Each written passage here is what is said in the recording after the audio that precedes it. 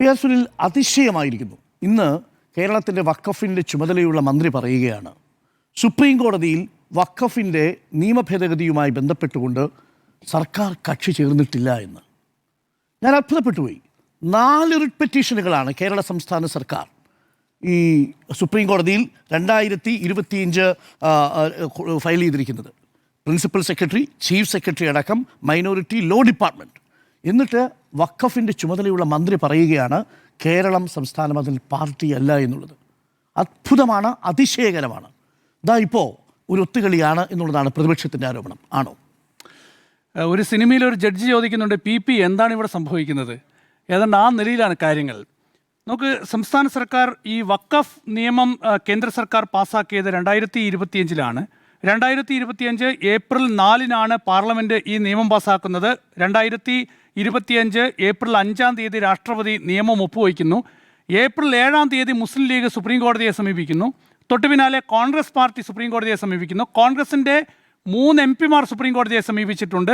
കോൺഗ്രസ് ഭരിക്കുന്ന സംസ്ഥാനങ്ങൾ സുപ്രീം കോടതിയെ സമീപിച്ചിട്ടുണ്ട്. അതിന് പിന്നാലെ കേരള സർക്കാർ സുപ്രീം കോടതിയിൽ ഹർജി നൽകുന്നുണ്ട്. അങ്ങനെ 70 ഹർജികളാണ് വഖഫ് നിയമം ചോദ്യം ചെയ്ത് സുപ്രീം കോടതിയുടെ പരിഗണനയിലുള്ളത്. ആ ഹർജികളിലൊക്കെ തന്നെ പറഞ്ഞത് ഈ വഖഫ് നിയമം എന്ന് പറയുന്നത് ഭരണഘടനാ വിരുദ്ധമാണ്, അതുകൊണ്ട് ഇത് നടപ്പാക്കാനാകില്ല, ഇത് മതസ്വാതന്ത്ര്യത്തിനെതിരാണ്, ഭരണഘടന അനുശാസിക്കുന്ന ആർട്ടിക്കിൾ 14, 25, 26 അനുച്ഛേദങ്ങളുടെ ലംഘനമായതുകൊണ്ട് ഈ നിയമം റദ്ദാക്കണം. ഇതായിരുന്നു സംസ്ഥാന സർക്കാരിൻ്റെ ആവശ്യം. അന്നത്തെ സംസ്ഥാന സർക്കാരിൻ്റെ ആവശ്യം, മുസ്ലിം ലീഗിൻ്റെ ആവശ്യം, കോൺഗ്രസിൻ്റെ ആവശ്യം, കോൺഗ്രസ് ഭരിക്കുന്ന സംസ്ഥാനങ്ങളുടെ ആവശ്യം, കോൺഗ്രസ് MP-മാരുടെ ആവശ്യം. ആ ആവശ്യം സുപ്രീം കോടതിയുടെ പരിഗണനയിലാണ്. ആ കേസിൽ സുപ്രീം കോടതി ഇതുവരെ അന്തിമ തീരുമാനം എടുത്തിട്ടില്ല. അതിനിടയിലാണ് കേരളത്തിൽ കഴിഞ്ഞ LDF സർക്കാർ വഖഫ് ബോർഡ് പുനഃസംഘടിപ്പിക്കുന്നത്. വഖഫ് ബോർഡ് പുനഃസംഘടിപ്പിക്കുമ്പോൾ ഈ വഖഫ് നിയമത്തിലെ ഏറ്റവും വിവാദ വ്യവസ്ഥ എന്ന് പറയുന്ന വകുപ്പ് 14, ആ വകുപ്പ് 14 പറയുന്നത് മുസ്ലിം ഇതര അംഗങ്ങളുടെ പ്രാതിനിധ്യം ഉറപ്പാക്കണം. 2 അംഗങ്ങൾ വേണം. മുസ്ലിം അല്ലാത്ത 2 അംഗങ്ങളെ വഖഫ് ബോർഡിൽ ഉൾപ്പെടുത്തണം. അത് നടപ്പാക്കാനാകില്ല എന്ന് സംസ്ഥാന സർക്കാരിൻ്റെ നയപരമായ തീരുമാനമാണ്. അപ്പോൾ ആ മുസ്ലിം അല്ലാത്ത 2 അംഗങ്ങളെ ഉൾപ്പെടുത്താതെ വഖഫ് ബോർഡ് സംസ്ഥാന സർക്കാർ, അന്നത്തെ സർക്കാർ ഫെബ്രുവരി മാസത്തിൽ 2020 ഫെബ്രുവരി മാസത്തിൽ പുനഃസംഘടിപ്പിക്കുന്നു. അങ്ങനെ പുനഃസംഘടിപ്പിക്കുന്നു. അതിൻ്റെ ചെയർമാൻ ആദ്യത്തെ ചെയർമാൻ ഷമീറ ആയിരുന്നു. പിന്നെ അതിനുശേഷമാണ് പിന്നീട് അദ്ദേഹം തെരഞ്ഞെടുപ്പിൽ മത്സരിച്ചതുകൊണ്ട് ഇപ്പോൾ ഹംസയെ പുതിയ ചെയർമാനായി നിയമിക്കുന്നത്. അപ്പോൾ അതിന് പിന്നാലെയാണ് കേന്ദ്ര സർക്കാർ കൊണ്ടുവന്നിട്ടുള്ള നിയമം കേരള സർക്കാർ നടപ്പാക്കിയില്ല എന്ന് ചൂണ്ടിക്കാണിച്ച് ഷോൺ ജോർജ് കേരള ഹൈക്കോടതിയെ സമീപിക്കുന്നത്. കേരള ഹൈക്കോടതി പിന്നീട് കേരള സർക്കാരിനോട് ചോദിക്കുന്നു, എന്തുകൊണ്ടാണ് നിയമം കൃത്യമായി നടപ്പാക്കാത്തതെന്ന് ചോദിക്കുന്നു.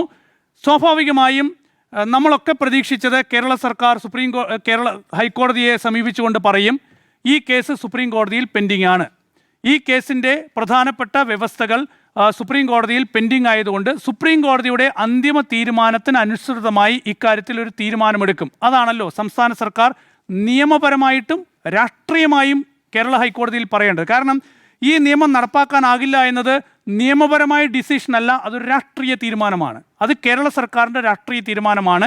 കേരള സർക്കാർ നിയമസഭയിൽ ഈ നിയമത്തിനെതിരെ പ്രമേയം പാസാക്കിയതാണ്. കോൺഗ്രസ് ഭരിക്കുന്ന പല സംസ്ഥാനങ്ങളും ഈ നിയമത്തിനെതിരെ പ്രമേയം പാസാക്കിയതാണ്.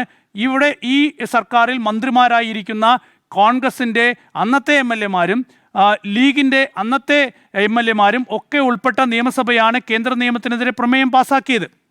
അപ്പോൾ ആ നിയമം ചോദ്യം ചെയ്തുകൊണ്ടുള്ള ഹർജി സുപ്രീം കോടതിയുടെ പരിഗണനയിലിരിക്കെ ഈ ഷോൺ ജോർജിൻ്റെ ഹർജിയിൽ കേരള സർക്കാർ നൽകിയിട്ടുള്ള മറുപടി എന്ന് പറയുന്നത് ഞെട്ടിപ്പിക്കുന്നതാണ്. അക്ഷരാർത്ഥത്തിൽ ഞെട്ടിപ്പിക്കുന്നതാണെന്ന് തന്നെ പറയാം.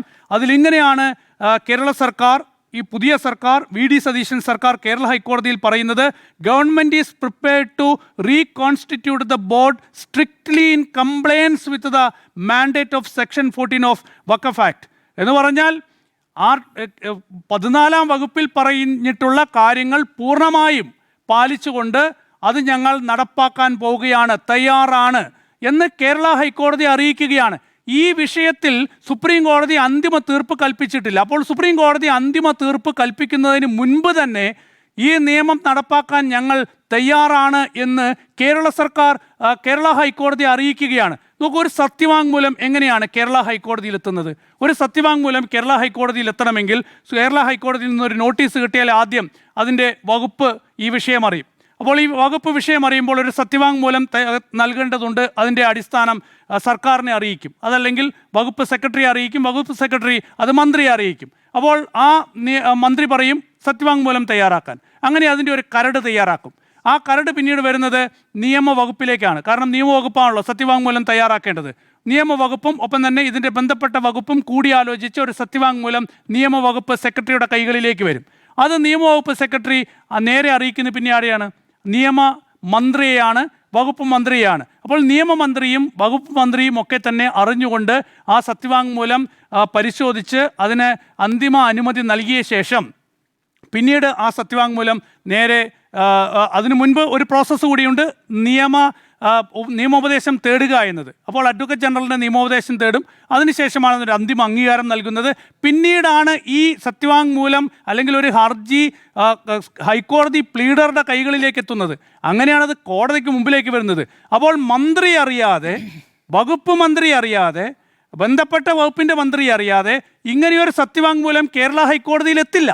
അപ്പോൾ അങ്ങനെ ഇരിക്കുകയാണ് വകുപ്പ് മന്ത്രി പറയുന്നത് അങ്ങനെ ഒരു സംഭവം ഉണ്ടോ, ഇങ്ങനൊരു കേസുണ്ടോ, എന്താണ് ഇത് സംബന്ധിച്ച് പ്രതികരിക്കാനില്ല എന്ന് ഇപ്പോൾ കുഞ്ഞാലിക്കുട്ടി പറയുന്നു. ഈ ന്യൂനപക്ഷ ക്ഷേമ മന്ത്രിയായ എൻ ഷംസുദ്ദീൻ പറയുന്നു ഇതുമായി ബന്ധപ്പെട്ട് ഒന്നും അറിയില്ല എന്ന് പറയുന്നു. നോക്കൂ, ഇവിടെ എന്താണ് സംഭവിക്കുന്നത്? മുസ്ലിം ലീഗിൻ്റെ രാഷ്ട്രീയത്തിന് എന്താണ് സംഭവിക്കുന്നത്? കോൺഗ്രസിൻ്റെ രാഷ്ട്രീയത്തിന് എന്താണ് സംഭവിക്കുന്നത്? ദേശീയ തലത്തിൽ നിങ്ങൾ എന്തിനൊക്കെയാണോ ശക്തമായി എതിർക്കുന്നത് അതിനെയെല്ലാം കേരളത്തിൽ അധികാരത്തിൽ വന്ന ശേഷം കോൺഗ്രസിൻ്റെ സർക്കാർ ദുർബലപ്പെടുത്തുന്നു, ലീഗിൻ്റെ സർക്കാർ ദുർബലപ്പെടുത്തുന്നു. ഇപ്പോൾ അല്പസമയം മുമ്പ് ഒരു ലീഗിൻ്റെ നേതാവ് പറയുന്നത് കേട്ടു, കേന്ദ്ര നിയമം നടപ്പാക്കിയില്ലെങ്കിൽ സംസ്ഥാന സർക്കാരിന് പിരിച്ചുവിടും. ഭരണഘടനാ പ്രകാരം സംസ്ഥാന സർക്കാരിന് പിരിച്ചുവിടും കേന്ദ്ര സർക്കാർ. കേന്ദ്ര നിയമം നടപ്പാക്കാൻ സംസ്ഥാന സർക്കാർ ബാധ്യസ്ഥമാണ്. ശരിയാണ്, ഭരണഘടന അനുശാസിക്കുന്നത് പ്രകാരം കേന്ദ്ര നിയമം നടപ്പാക്കാൻ സംസ്ഥാനത്തിന് ബാധ്യതയുണ്ട്. പക്ഷേ എല്ലാ കേന്ദ്ര നിയമങ്ങളും എല്ലാ കാലത്തും സംസ്ഥാനങ്ങൾ നടപ്പാക്കിയിട്ടുണ്ടോ? ഇല്ല. ഇന്ത്യയുടെ ചരിത്രത്തിൽ, സ്വതന്ത്ര ഇന്ത്യയുടെ ചരിത്രത്തിൽ ഏതെങ്കിലും ഒരു കേന്ദ്ര നിയമം നടപ്പാക്കാത്തതിൻ്റെ പേരിൽ ഏതെങ്കിലും ഒരു സംസ്ഥാനത്തെ കേന്ദ്ര സർക്കാർ പിരിച്ചുവിട്ടിട്ടുണ്ടോ? ഏതെങ്കിലും ഒരു സംസ്ഥാനത്ത് രാഷ്ട്രപതി ഭരണം ഏർപ്പെടുത്തിയിട്ടുണ്ടോ? ഇല്ല. ഒരു സംസ്ഥാനത്തിന് രാഷ്ട്രപതി ഭരണം ഏർപ്പെടുത്തിയിട്ടില്ല. SR ബൊമ്മൈ കേസിൽ സുപ്രീം കോടതി വളരെ കൃത്യമായി തന്നെ പറഞ്ഞിട്ടുണ്ട്, ഒരു കേന്ദ്ര നിയമം നടപ്പാക്കിയില്ല എന്നതുകൊണ്ട് ഒരു സംസ്ഥാനത്തെയും പിരിച്ചുവിടാനാകില്ല കേന്ദ്ര സർക്കാരിന് എന്ന് SR ബൊമ്മൈ കേസിൽ സുപ്രീം കോടതി വളരെ വ്യക്തമായി തന്നെ പറഞ്ഞിട്ടുണ്ട്. ഒരു കേന്ദ്ര നിയമം കൊണ്ടുവന്നാൽ ആ കേന്ദ്ര നിയമത്തിനെതിരെ കൂടുതൽ സംസ്ഥാനങ്ങൾ, ഒരുപാട് സംസ്ഥാനങ്ങൾ കൂട്ടമായി എതിർപ്പറിയിച്ച് രംഗത്ത് വന്നാൽ തീർച്ചയായും അവിടെ നിയമപരമായും ഭരണഘടനാപരവുമായ ഒരു വലിയ പ്രതിസന്ധിയുണ്ട്.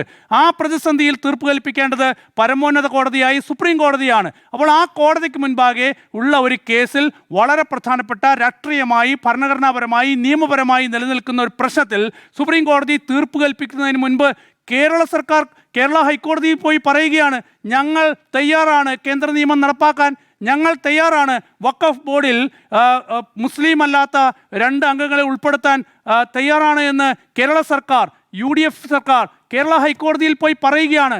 എത്രത്തോളം രാഷ്ട്രീയപരമായ പാപ്പരത്ത നിലപാടാണെന്ന് ഓർക്കണം. നോക്കൂ, പൊരുതി തോൽക്കുക എന്നൊരു നിലപാട് നമ്മൾ പറയാറില്ലേ, പൊരുതി തോൽക്കുക. ഇവിടെ പൊരുതാൻ പോലും തയ്യാറില്ല എന്നതാണ്. കോൺഗ്രസിൻ്റെ രാഷ്ട്രീയം എവിടെയാണ്? മുസ്ലിം ലീഗിൻ്റെ രാഷ്ട്രീയം എവിടെയാണ്? ഏതൊക്കെ വിഷയത്തിലാണ് രാഷ്ട്രീയത്തിൽ ഈ അധികാരത്തിലെത്തിയ ശേഷം 2 മാസത്തിനുള്ളിൽ ഈ പാർട്ടികൾ വെള്ളം ചേർക്കുന്നത്? PMCയുടെ കാര്യത്തിൽ 2 അംഗങ്ങളെ ചേർക്കാൻ തയ്യാറാണ് എന്നൊരു വാചകം തന്നെയാണോ പറഞ്ഞത് സംസ്ഥാന സർക്കാർ? 14 സ്ട്രിക്ട്ലി ഞാൻ വായിക്കാം 2 അംഗങ്ങളാണോ? ഞാൻ പറയാം, ബാക്കി വായിക്കൂ. ഞാൻ പറയാം. Government is prepared to reconstitute the board strictly in compliance with the mandate of section 14 of the unified waqf board amendment. എന്ന് പറഞ്ഞാൽ എന്താ? സെക്ഷൻ 14 എന്ന് പറഞ്ഞാൽ അത് മാത്രമാണ്. അല്ല, കേൾക്കൂ, section 14 close 1 sub close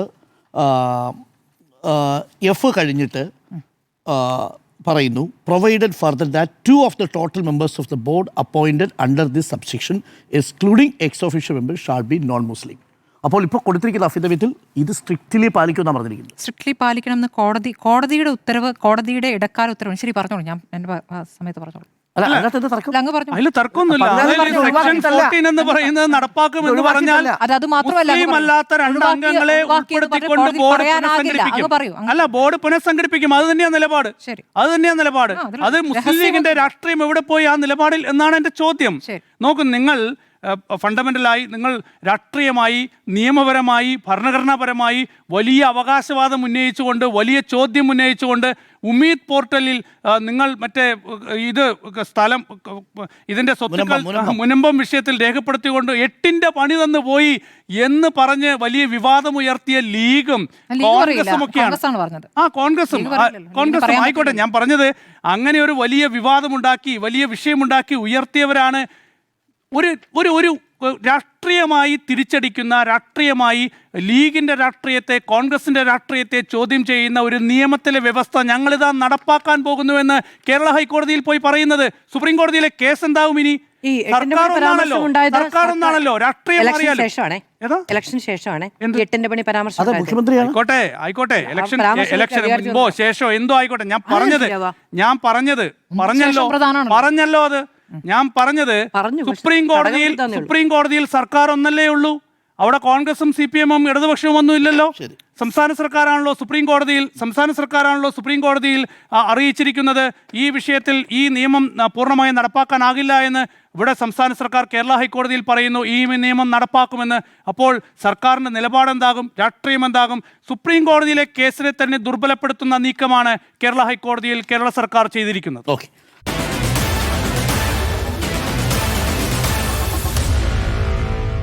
Meet the editors.